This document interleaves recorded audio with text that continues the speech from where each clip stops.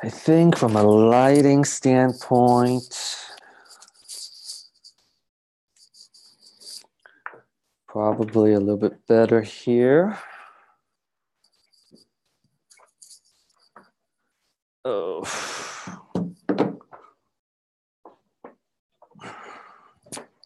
Let me sit here.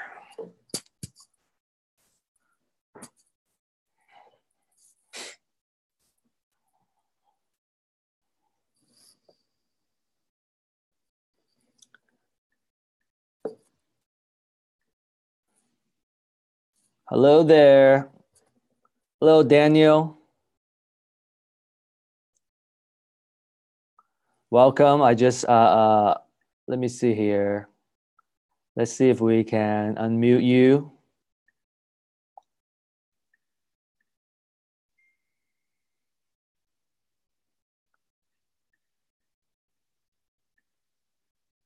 Maybe your microphone's not working, but if you want to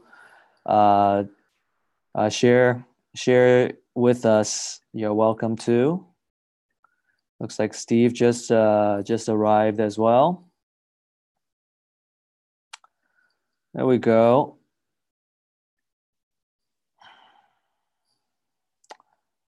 You there, Steve? Hey, can you hear me? Yes. Yeah, can you hear me? Yes. It says that you have to disable to make me a host or something for my video to work. Yep. So you're ready. I'm ready. You can go ahead and do that. There we go. Yes, we got you. Perfect. Easier this time, man. Yeah. We're switching platform to YouTube, and it seems like the integration is much smoother. We recently changed it. So you go from Zoom to YouTube, not Zoom to Facebook? Correct. We're gonna broadcast it to our YouTube channel instead, and that seems to be working better. Is that a bigger audience or? The transition is smoother, and we're building both audience, so it doesn't matter. We have the folks on Facebook page, but they'll also they can also subscribe to the YouTube. We're cross promoting. How does it go to the? How do the, what am I trying to say? How do the Facebook people watch it live, or can they not? I think they would have to click on the YouTube channel to watch it live. But we have this video. We're gonna get it saved, and it's gonna be on all our platforms. Then upload it. Yeah. Cool. We'll upload it. How's everything going? It's good. And everything? So I just recently got married. Oh, congratulations, man! Yeah, nice. Yeah. So good for you. Early October. So we've been kind of busy taking care of that. And from the Real Estate IQ standpoint, we are about to release our community platform. So so we have a lot of paying users that are using Real Estate IQ for the data, right? And we also have a lot of real estate deal of the day subscribers. We have 5,000-6,000. So with the community platform, we're gonna move everybody to that platform. They can find deals. They can look at a lot of deal statistics. You know, we aggregate a lot of data so we can see how the market is doing and stuff. And we also have wholesale deals and all that on that platform. So also good for you. So it's growing, huh? Yeah. So the platform, I guess our goal is to create that connection within the community, so that let's say they need a lender. We have lending solutions there. They need property management. They have. We also have property management. So it's like a one-stop shop, huh? Correct. Yeah. It's a way where we're investing a lot into this platform, and the goal is to be able to connect everybody. Very cool. Nice. Good deal. So we're gonna be, I guess we can talk about that more in detail in the future, in the upcoming weeks or upcoming months, as we're finishing up. So you get to see the first glimpse. of it. Cool. Yeah, sounds good. How about you Yeah. guys? Yeah. What's new? We're doing good, man. We're just, we're busy. We're doing our stuff, standard stuff that we're doing. We are looking to make some acquisitions and buy some companies. Sure. So we've been focusing on that. We got a couple in the works that we're talking to, and we are just about to crest 1,000 doors on management. So that'd be good. Awesome. And then Saturday will be our 6-year anniversary. Nice. So it'd be nice. It'd be nice to get that for 6 years. I'm not sure we'll make it, but we'll be close. Wow, that's exciting. And then we're talking. Yeah, we're talking about. We're talking with a group in Australia to be able to sell our checklists and sell our virtual assistant outsourcing services. Nice. So we've been doing a lot more of the outsourcing to a lot of property management companies. So we're taking that and kind of running with it and kind of making that kind of its own business entity, because it's gotten so much popularity. We're kind of running with it a bit more. Right, and I think from that standpoint, you can offer the service everywhere too. Everywhere, yeah. I mean, in Australia, they've got a big problem with it. So they don't like going to the Philippines, and they don't like going to India. And I've actually placed for some people in Australia, and it's been great so far. So it's been working well. Yeah. Wow. Okay. So I'm going to start doing some recording here. Guys, thank you for joining us. We got Mr. Steve Rosenberg from Empire Real Estate with us. So this is going to be another installment of our series of property management. And Steve, I kind of want to start before diving into the topic. I want to ask you about the tool that you have in your email signature. I just looked into it today, called Calendly.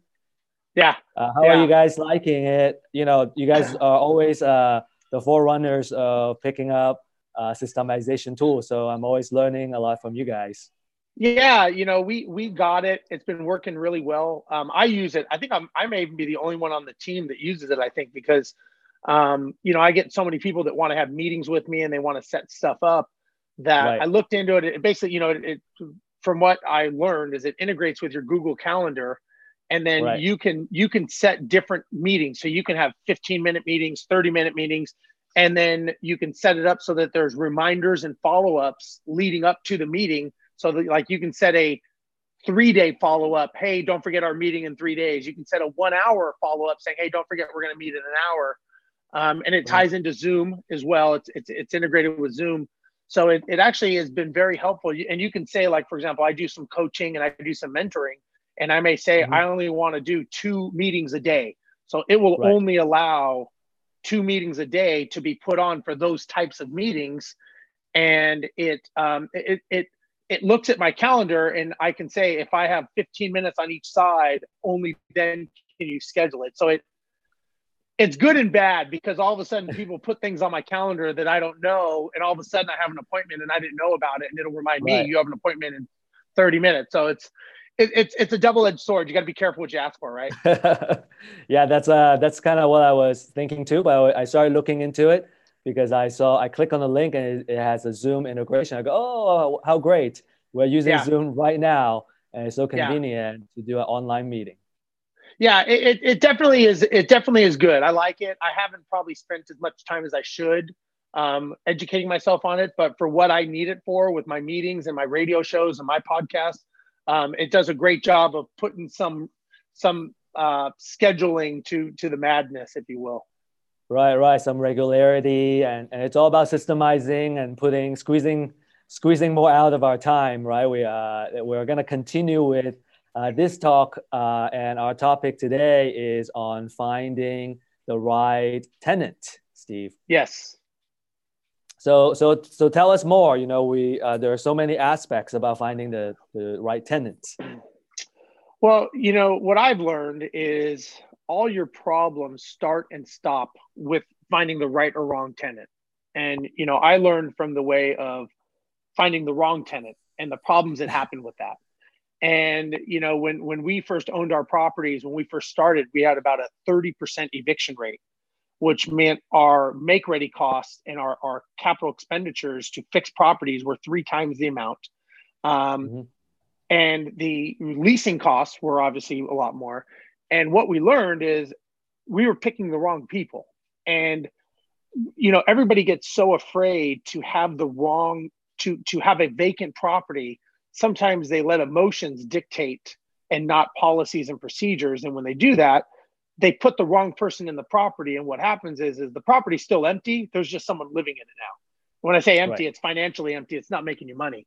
And so what people need to realize is number one, it's going to be part of the business, and you want to factor that into your business model, that when you're looking for a tenant and when you have a vacancy, that's just part of the business. And what you want to do is, if that happens, you just have to realize that, okay, that's okay. What's the plan to get it filled? And you have a plan, and maybe it's a playbook or a manual or whatever you want to call it. And you go through the policies and procedures of who you want to accept, and more importantly, who you will not accept. And so, first thing you got to do is we'll go through the processes. But I guess what I'm trying to get at is there's a system to it, and you got to make sure, just like we just talked about, there's always a system to everything you do, and your emotion should never come into play and make the decision for you. And I think a lot of people will let emotions dictate what happens. And I have learned firsthand that when you have a 30% eviction rate, it's not a good feeling. You're not making any money. You're mentally stressed. And now if you flash forward, now we manage 1,000 properties and we have a 1% eviction rate. And you're basically evicting people before you accept them. And if you have that mindset of not deviating from your plan and picking the right people, it makes the whole investing process of being a landlord much, much different and pleasurable at some level. Yeah, absolutely. It's and I recently just spoke to a friend trying to sell her property. It was the same thing, the comments that she's been making, and it's when the property is yours, it's very easy to get lost a little bit and think about it with emotion, because it is yours, it's your property. So it's very understandable. But we're gonna talk about how we can take the emotion out of it and understand this as a process. The more and the sooner you can make that a mindset change, you're gonna be much more successful in this screening process. Well, and it comes down to, again, and you and I have talked about this on other podcasts and webinars, is that it's a business. You're running a business, and with every business, there is policies and procedures and there's structure. This is Correct. No different than evicting a tenant. This is no different than a tenant having a maintenance. These are all procedures that you have to have written down, or you buy a manual or something, but you got to have these processes and procedures so that you're not running off of emotions, because sometimes your emotions will do things that maybe you shouldn't be doing, or have you say things that maybe you shouldn't say.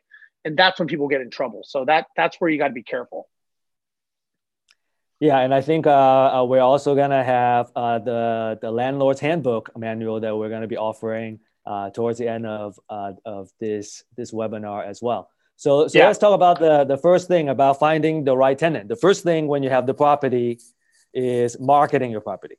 Yes, yeah, you got to market the property. So my philosophy is that if your phone's not ringing and you don't have multiple people interested in your property, you will maybe pick the wrong tenant because you are nervous. Because if you have 100 people calling you, you can screen them and you can be selective. If you have one person calling you, you may say, you know what, that may not be the right thing.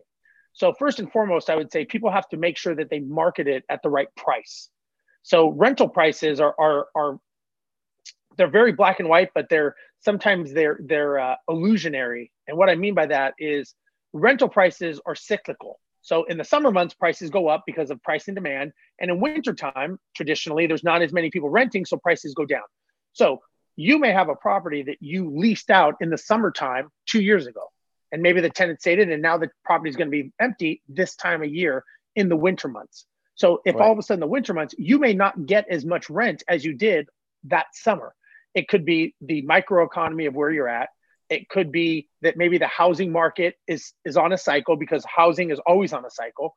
it could just be the time of year. It could be how many houses are for lease on your street. It could not even be anything. It could just be that you have 20 houses for lease on your immediate area, and they're all asking less. So that dictates, unfortunately, you're lumped into that. So a lot of people try to lease a property based on what they think it should be or based on what they leased it at before, not at what the market demands. So the market is what the market is, and people will pay market prices. A lot of people think that their house is better because they have granite countertops. And so they think that maybe they should get $500 more per month in rent. But the market doesn't dictate that. So the only one that thinks it's worth $500 is the person renting it, not the people that are trying to rent it. So what happens is when they do these searches, as you know, you do a search and you say, I want a property from 1,200 to 1,500, those properties come up in the search. If you say my property, yeah, it's 1,500, but it's worth more, so I'm going to put it on the market for 1,700. Well, what happens is your property doesn't even show up in the search engine because you did those parameters. So pricing it correctly is the most important thing. We get a lot of owners that tell us, I want top dollar. Well, what you have to think about is if you want top dollar, you got to ask yourself, how long are you willing to let it sit vacant for? Because if you let it sit vacant for more than a month, you could lose a whole year's worth of cash flow just by it sitting empty for that month. So again, is that emotion? People want to think they're getting the most for their property, but if it sits empty for a month, you could have just dropped it $50 and gotten that amount. So the first thing is pricing it correctly to what the market bears. Now, if you lease it in the wintertime, and sometimes I was told a long time ago that a bad deal is better than no deal sometimes, meaning sometimes it's better to take less in rent just to get it rented than to hold out for a higher dollar. That's never going to happen. And, what people don't factor in, unless you've been in that position, and I have, is the mental stress of having a vacant property, because it wears on you, right? Having a vacant property can be stressful. So you got to factor in the mental stress that you're going to go through and the fact that it could get vandalized. So I've had properties that were vandalized while they're vacant. So now not only do you have an empty property, but now you have $20,000 damage because they ripped out all the copper wiring, they ripped out the air conditioning units, they ripped out all these things. Now you got to pay to put all that back and still have an empty property. And I've had that happen to me. It's not a good feeling. I mean, you go from zero to below ground zero, and you still don't have any cash flow coming in, all because you're trying to get high dollar rent for it. So I would say first and foremost is making sure the property is priced correctly. Next thing I would say is making sure that when you run your ads, there are certain words and catchphrases that you should use. And if anybody wants these, I'd be happy to send them to me. They can email me. There's certain terms called neurolinguistic programming. So there's certain terms that you can use that are words that your subconscious identifies with that will catch people when they're reading, things. So obviously there's not newspaper articles anymore. Now it's just search engine stuff and you're getting it online. But you want to make sure that people are searching the right stuff and the words are catching their brains. So again, you got to remember that people buy on emotion and they back it up with logic. So you got to make sure that if people are looking at the ad, they have to be emotionally in love with what you are saying, with the words that you're saying. So if you just make it very dry, 2-bedroom, 3-bedroom, 2-bathroom house, in, Fort Worth, no one's gonna do that. If you said lovely cottage, spacious backyard, this and that, people are emotionally picturing their minds of them being there. So that's why NLP verbiage works very well when you're running ads. And it's just getting them to visualize their property. So I would say writing the ad copy and pricing it correctly are the first steps in how to get your property leased correctly. Does that make sense? Yeah, absolutely. And also, let me ask you this about vacancy. How long would I kind of expect for the property to be vacant and not worry? Well, it depends. That's a good question. I don't think there's a standard. I think when you say worry, I wouldn't worry in the sense that you got to understand that this is just part of the business model. This is the sandbox you're playing in as a landlord. You're going to have vacancies. So you can't, it's like saying you're going to play baseball and never miss a swing. It's just not going to happen, right? You're going to strike out. You're going to have vacancies. You're going to have maintenance. You're going to have issues. That's the world we live in. So what you need to look at is say, okay, well, what is the, let's say you're in Fort Worth and I'm in Dallas, right? And let's say you being in Fort Worth, let's say the vacancy in your subdivision is only 21 days. Okay. And let's say I'm in Dallas and the subdivision I'm in has a vacancy average time of 65 days. Well, I cannot look at your property and say, I should rent this in 21 days. I've got to be realistic. I need to look at the data because, as you know, being a data guy, the data is telling you a story. So if I look at the data and the data is telling me, okay, average in this area is 65 days, I have to be realistic and say, I have to plan for this to be vacant for 65 days. It's price and product. If I want it to be leased quicker, the only way to do that is drop the price, right? Or offer some sort of incentive. Correct. Higher the price, it may sit higher, right? So again, you've got to be realistic with what the data is telling you. We get a lot of owners that will tell us, well, I want it leased in 15 days. Okay, well then the only way you can do that is you have to drop the price or give some incentive. Otherwise, there's no reason now, not saying that it can't. We have some properties at least in 4 days because we do a lot of marketing. But what you need to do is you need to have realistic expectations. So if all of a sudden, if you say 65 days and you called me up and it's been 50 days and you say, hey, Steve, I'm getting nervous, I would say, well, don't forget, the average is 65 days. Now, if we were sitting at 100 days, I would say, okay, I agree. There's something wrong. And to me, it's always price and product. It's either priced incorrectly or there's something wrong with the product. Maybe the property's not clean. Maybe it smells. Maybe there's an issue. Maybe it's, maybe there's something wrong with the property or it's not priced correctly. So to me, if people are calling on the property, that means it's priced correctly because people are in that area looking for that type of property and they're calling you. So it's priced correctly. So now if they go to the property and they're not leasing it, there's something wrong with the product. And what I would recommend is, what we do is we'll set another set of eyeballs on it, meaning another realtor or a property manager or someone to say, okay, are we missing something? Is there something we're missing on this property that's causing it to sit vacant? Because you could go in and see something and say, oh, everything's fine. I could come in and look at it and go, oh, the yard's not landscaped. That's why no one's even stopping because the yard looked horrible. In your mind, you may think it's totally fine having a yard. So sometimes having another set of eyeballs, even a friend to go look at the property. If you don't have a property management company, you can have a friend go look at it and say, can you give me am I missing something here? And so that's what I would recommend. Yeah. And for those of you who are curious, that's the days on market data field. You can find it by DOM or days on market. And that's what's going to tell you based on the comms, how fast the properties are moving. Yes. Cool. Excellent. So here we're talking about, we just mentioned all these factors in marketing the property. Now, let's say we got a couple of applications after they have seen the property. What's next? Okay. So this is where it starts getting very, very important and very, very sticky and where a lot of people get in trouble. So, as we've said, in the past, 1 out of 3 landlords are in a lawsuit every year. You could buy my manual, my ultimate survival handbook that'll help you solve these problems, but you need to have written qualifications of who you will accept, but more importantly, who you will not accept. And that is where people get in trouble is they don't have anything written down. And you always have to do something to the extent that you have to think, if I am in a lawsuit and I'm standing in front of the judge, can I back up what I'm saying? Right. And so my opinion and real estate opinion is you've got to have written qualifications of what you will accept and what you will not accept.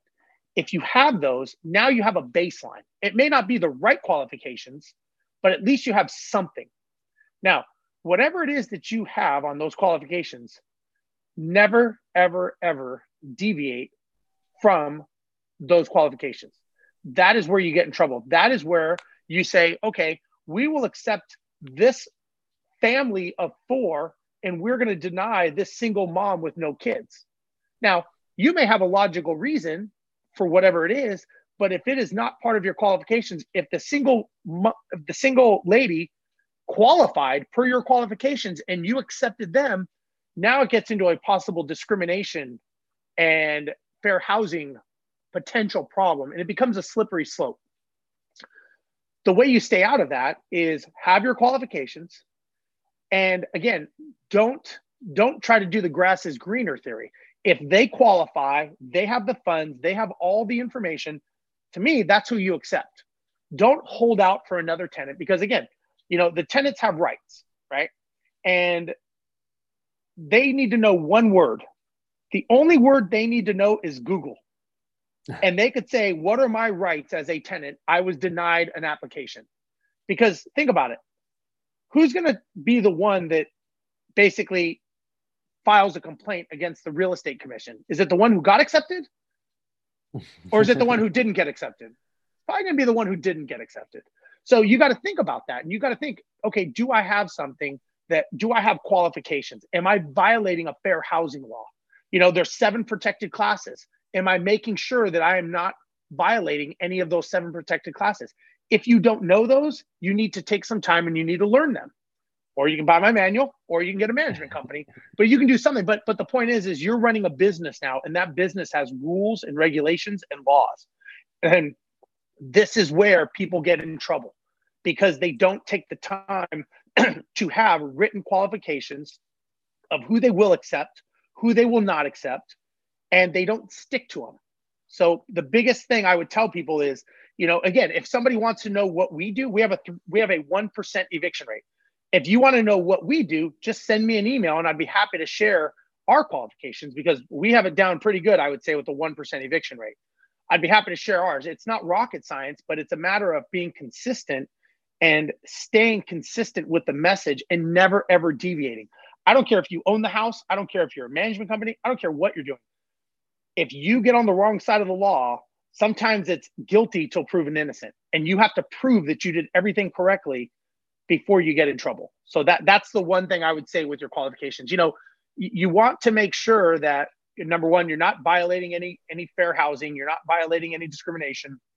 A lot of people, I talk to a lot of investors that actually use credit. They tell me, I only take somebody with a certain credit, right? Well, there's a thing called the Fair Credit Reporting Act.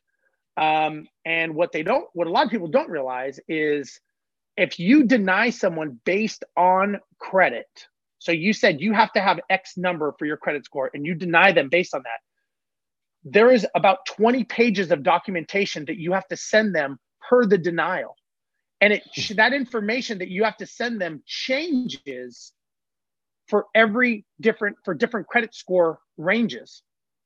So I tell people, be careful when you tell people you have to have X score. You can make it a criteria, but do not make it a determining factor. Or if you do, you better send the proper documentation. Because again, it's not the people that get accepted that are going to get you in trouble. It's the ones who you turn down. And we could talk about accepting or denying tenants after that. But does that answer some of your questions? Oh yeah, absolutely. It's and that's very important, Steve.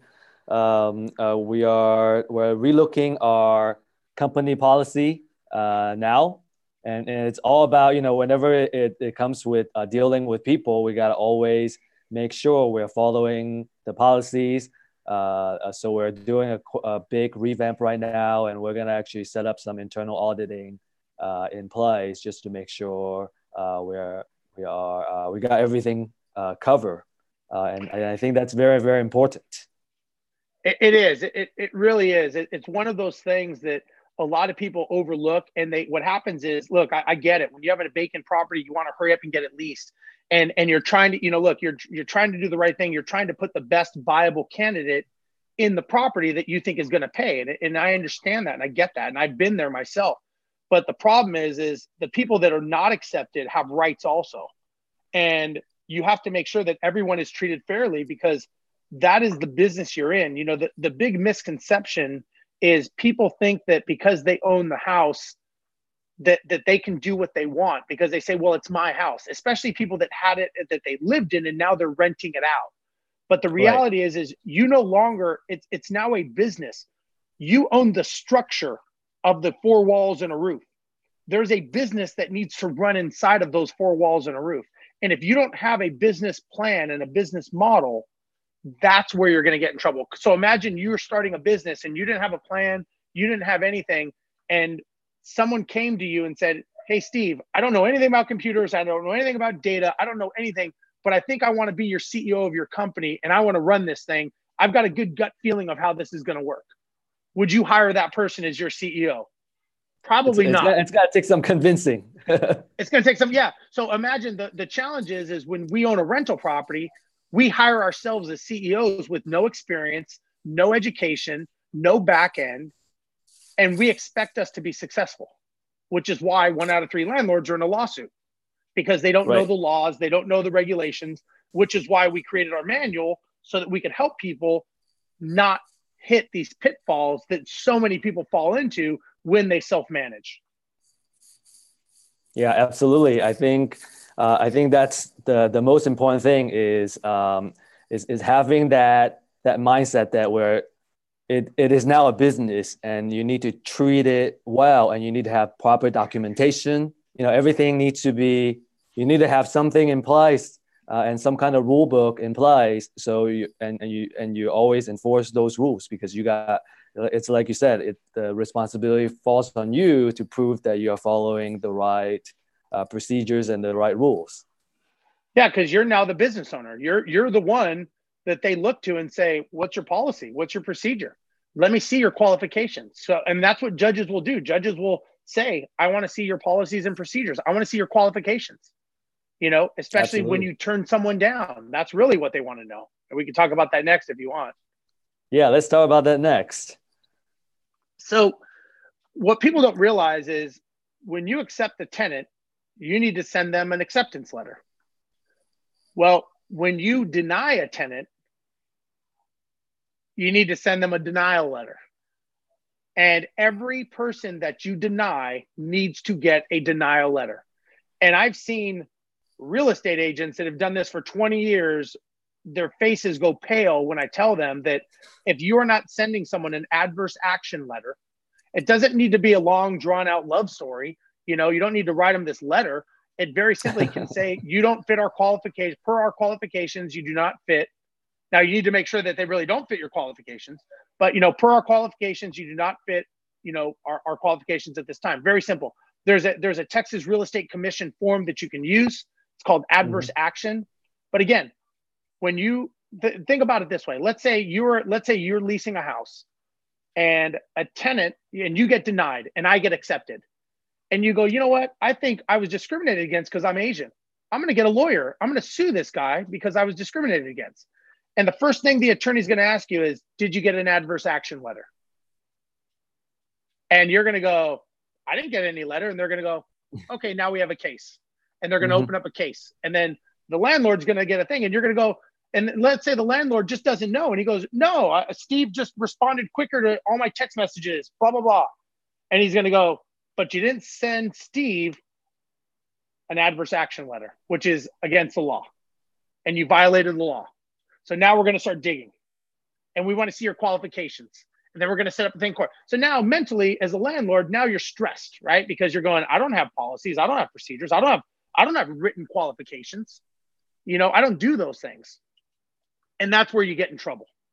And so I would highly, highly stress. And again, if anybody wants some of this information, just email me. You can give my information or buy my manual. It's a couple $100 and it's, I don't know what you're offering it for, but it'll save you thousands of dollars in mistakes. That's for sure. But it's one of those things that's what you need to do when you're running a business. Don't try to do it off of your gut feeling or what your uncle in Kansas did 30 years ago, right? You've got to run a business in today's age, and you got to make sure that you're protecting yourself, because a rental property is your second biggest investment in your life besides your house you're living in. Why would you not treat it that way? And a lot of people they don't treat it like it's a investment that has all their money and life savings tied up in. And getting it, again, and you just kind of finishing up here, starting with marketing the property the right way, right price, right time of year, right everything, screening the tenant, making sure you have the right qualifications, disclose everything, put those qualifications on your applications, put them everywhere, don't hide them, make sure they're blatantly clear. You know, I'm an advocate of we charge an application fee, right? We process everybody. Charge an application fee. You're going to find out who's serious and who's not. And people say like, oh, they're not going to pay an application fee. If they're not going to pay an application fee, do you think they're going to pay rent on time? That's a red flag to me. If somebody's not going to pay whatever you want to charge for an application fee, that is an indication.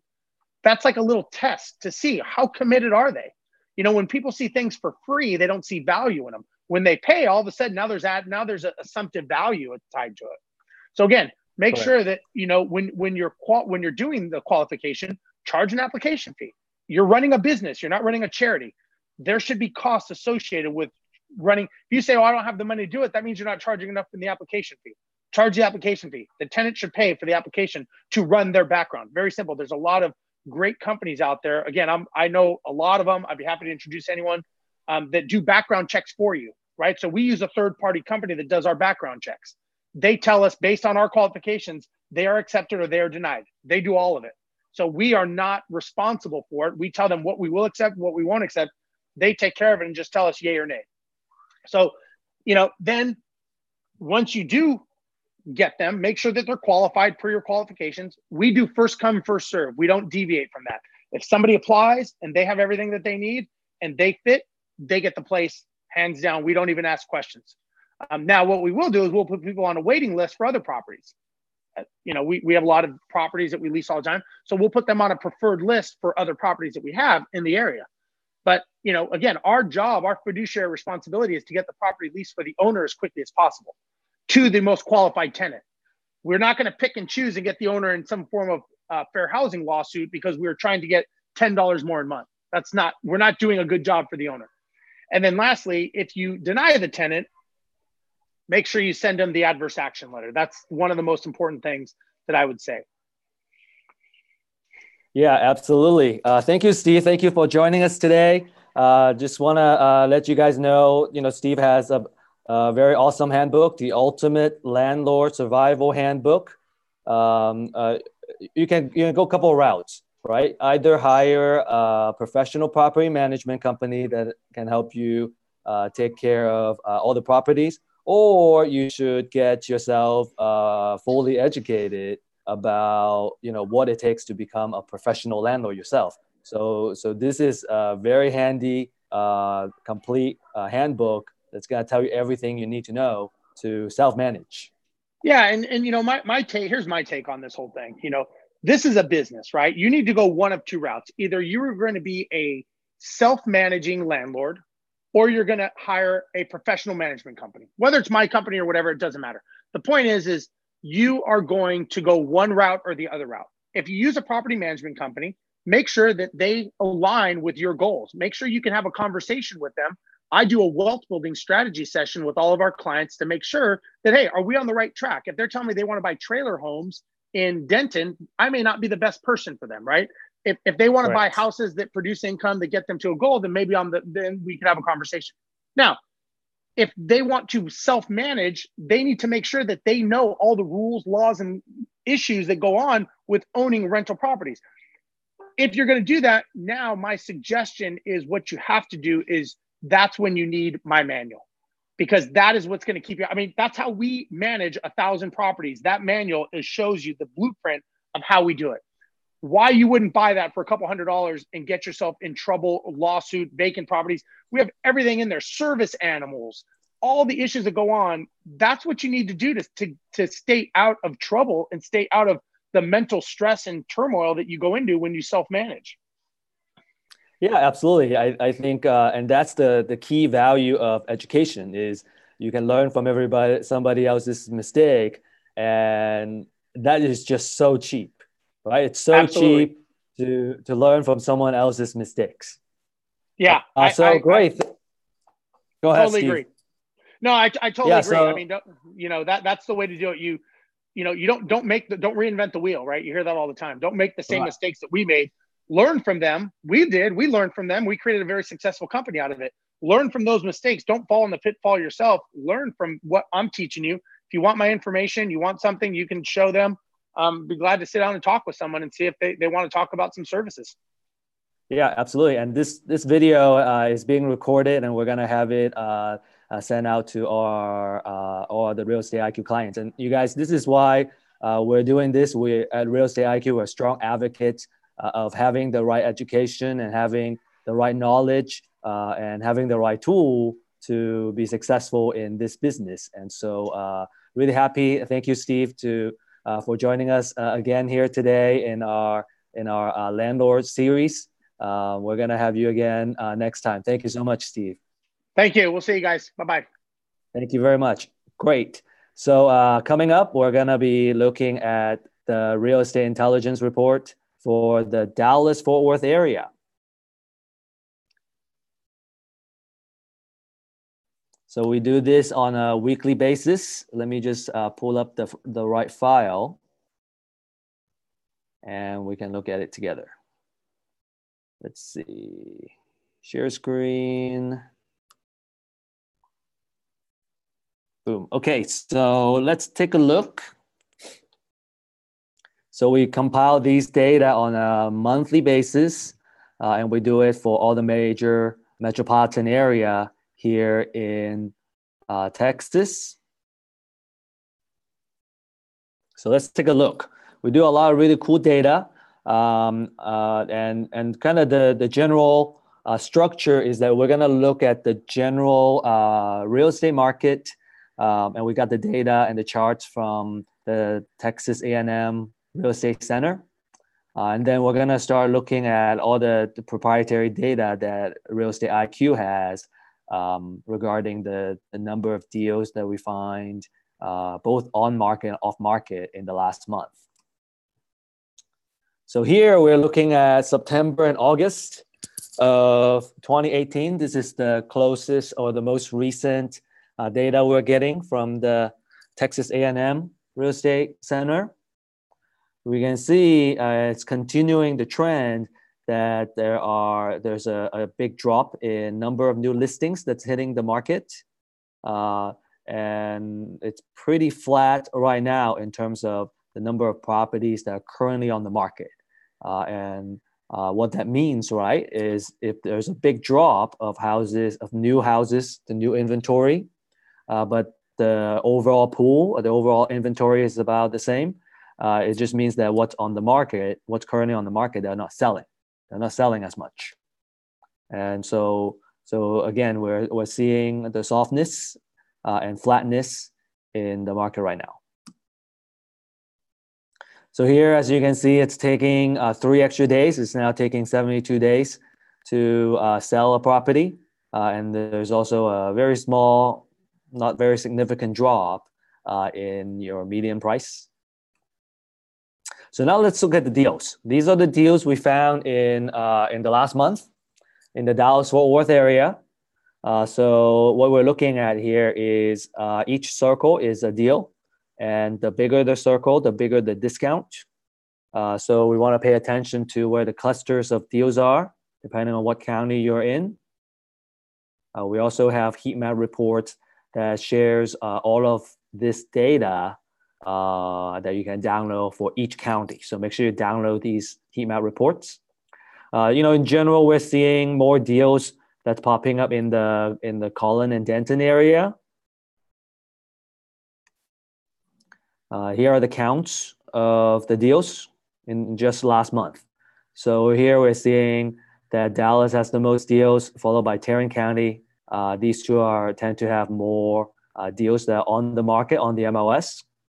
And then for Collin and Denton, we're seeing an increase of these properties for a total opportunity of $38,600,000. Okay, so these are the opportunities that we have if we aggregate all these opportunities, all of these properties. And here we're looking at the trend of the deals.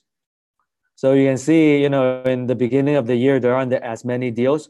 And then now we're looking at a sharp spike around September. It's continuing in the October and November timeframe.